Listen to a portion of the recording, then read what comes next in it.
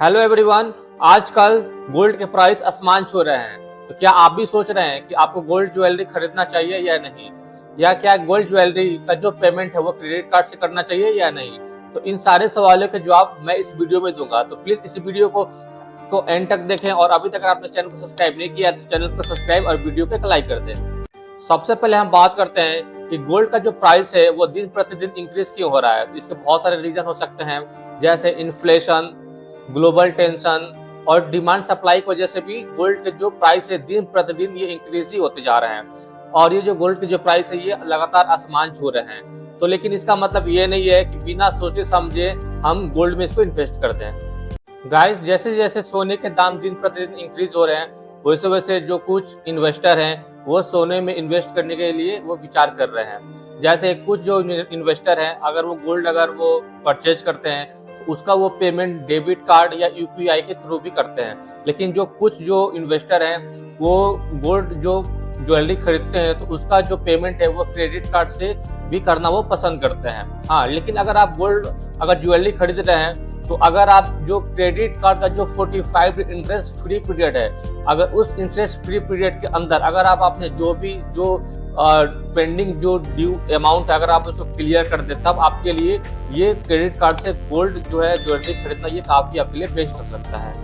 Guys, अब हम बात करते हैं कि क्रेडिट कार्ड से गोल्ड ज्वेलरी खरीदने के क्या क्या बेनिफिट हो सकते हैं, जैसे रिवार्ड्स एंड कैशबैक। अगर आप किसी क्रेडिट कार्ड से अगर आप सपोज कोई गोल्ड ज्वेलरी आप परचेज कर रहे हैं तो जो क्रेडिट कार्ड है वो आपको बहुत सारे रिवॉर्ड्स, पॉइंट्स और कैशबैक आपको ऑफर करते हैं। तो ये आपके लिए काफ़ी बेनिफिशियल हो सकता है। इसके अलावा अगर हम बात करें तो साइन अप बोनस।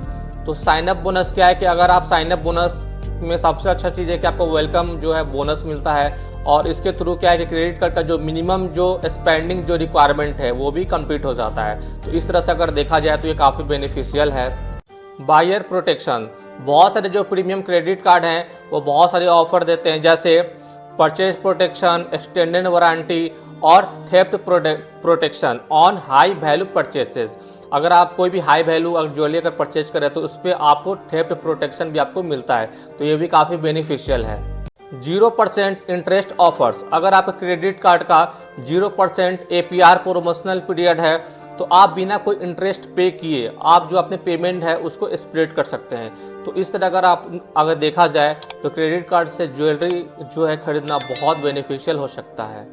गाइस, इस तरह से अगर हम देखें तो क्रेडिट कार्ड से ज्वेलरी जो परचेज करना वो काफ़ी बेनिफिशियल हो सकता है, क्योंकि इसके थ्रू हमें क्या है कि प्रीमियम कार्ड है जो है वो हमें कैशबैक और रिवार्ड्स ऑफर करते हैं, तो ये भी काफ़ी बेनिफिशियल है। इसके अलावा जो है वो EMI ऑप्शन भी अवेलेबल होता है, और साथ में ही आपको क्या है कि एक्स्ट्रा सिक्योरिटी और साथ में आपको फ्रॉड प्रोटेक्शन भी मिलता है। तो इस तरह से अगर देखा जाए तो क्रेडिट कार्ड के थ्रू गोल्ड ज्वेलरी परचेज करना एक बेस्ट ऑप्शन हो सकता है। गाइस, अब हम बात करते हैं कि क्रेडिट कार्ड से गोल्ड ज्वेलरी परचेज करने पे हमें क्या क्या नुकसान हो सकते हैं, जैसे हाई इंटरेस्ट चार्जेस। अगर सपोज हम गोल्ड ज्वेलरी क्रेडिट कार्ड से परचेज कर रहे हैं और उसका जो फुल अमाउंट है अगर हम टाइम पे पेमेंट नहीं करेंगे तो जो इंटरेस्ट जो चार्जेस है, तो जितने भी हमें जो क्रेडिट कार्ड से जो हमें जो ऑफर मिल रहे हैं तो उसको वो पूरा उसको समाप्त कर देगा। तो ये काफ़ी एक बहुत बड़ा एक डिमेरिट है क्रेडिट कार्ड से गोल्ड ज्वेलरी परचेज करने का। पोटेंशियल सब चार्ज, जब भी आप क्रेडिट कार्ड के यूज करके गोल्ड ज्वेलरी आप परचेज करते हैं तो जो ज्वेलर्स हैं वो प्रोसेसिंग फ़ी को कवर करने के लिए एक्स्ट्रा फी जो है वो चार्ज करते हैं, और ये अराउंड 2% के आसपास ये हो सकता है।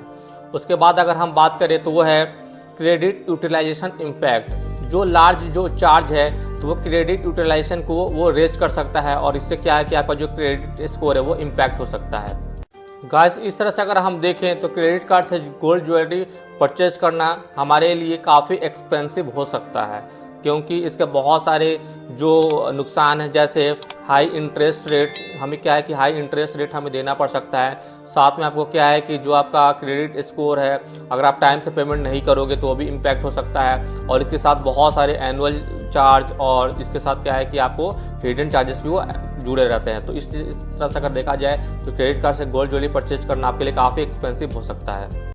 तो गाइस, अगर आप क्रेडिट कार्ड से गोल्ड ज्वेलरी परचेज कर रहे हैं और आप जो ड्यू अमाउंट है उसको टाइमली रीपेमेंट कर रहे हैं तो ये आपके लिए एक बेस्ट ऑप्शन हो सकता है। लेकिन वही अगर आप सपोज इम्पल्स बाइंग कर रहे हैं और सपोज अगर आप गोल्ड ज्वेलरी परचेज कर रहे हैं लेकिन उसको आप टाइमली उसका पेमेंट नहीं कर रहे हैं, तो आपको बहुत सारे हिडन चार्जेस, एनुअल फी और साथ में आपका क्रेडिट स्कोर भी खराब हो सकता है। तब आपके लिए एक बहुत बड़ा ये प्रॉब्लम हो सकता है।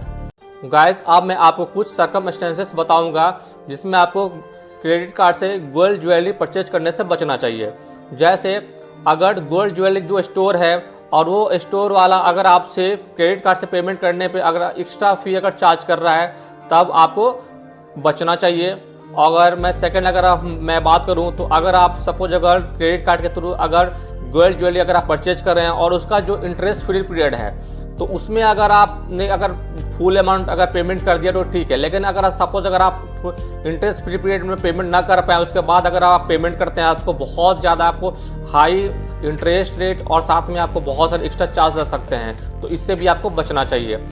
इसके अलावा जब भी आप क्रेडिट कार्ड के थ्रू अगर गोल्ड ज्वेलरी अगर आप परचेज कर रहे हैं, तो आप अपने फाइनेंशियल जो सिचुएशन है उसको देख लें कि आप जो इंटरेस्ट फ्री पीरियड के अंदर आप उसको रीपेमेंट कर पाते हैं कि नहीं। अगर आप उसको रीपेमेंट नहीं करेंगे तो फ्यूचर में क्या है कि आपको लोन मिलने में काफ़ी आपको दिक्कत होगी और आपका जो क्रेडिट स्कोर है वो काफ़ी इम्पैक्ट हो सकता है। तो इन सारी चीज़ों को आपको ध्यान में रखनी चाहिए। तो गाइस, अगर आप इन्वेस्टमेंट के लिए गोल्ड परचेज करने का अगर प्लान कर रहे हैं, तो फिजिकल गोल्ड से ज़्यादा बेस्ट रहेगा कि आप जो डिजिटल गोल्ड या जो गोल्ड ETF है आप उसमें अगर इन्वेस्ट करेंगे तो ये आपके लिए एक बेस्ट ऑप्शन हो सकता है। लेकिन अगर सपोज अगर आप अपने पर्सनल यूज के लिए अगर गोल्ड ज्वेलरी अगर परचेज करना चाहते हैं और क्रेडिट कार्ड पे आपको अट्रैक्टिव आपको कैशबैक, रिवार्ड्स और ऑफर्स मिल रहे हैं, तब आपके लिए आप क्रेडिट कार्ड से गोल्ड ज्वेलरी परचेज करना एक बेस्ट ऑप्शन हो सकता है। हाँ, लेकिन आपको ध्यान रखना होगा कि जो भी आपका जो पेमेंट है उसको आप टाइमली कर दें। गाइस, क्रेडिट कार्ड के थ्रू गोल्ड ज्वेलरी परचेज करना एक बेस्ट ऑप्शन हो सकता है, लेकिन कब? जब आप इसका जो ड्यू अमाउंट है आप इसको टाइमली रीपेमेंट कर दें और जो आपका क्रेडिट कार्ड है इस पर आपको बहुत सारे कैशबैक, रिवार्ड्स और ऑफर मिल रहे हो, तब आपके लिए क्रेडिट कार्ड से गोल्ड ज्वेलरी परचेज करना एक बेस्ट ऑप्शन हो सकता है।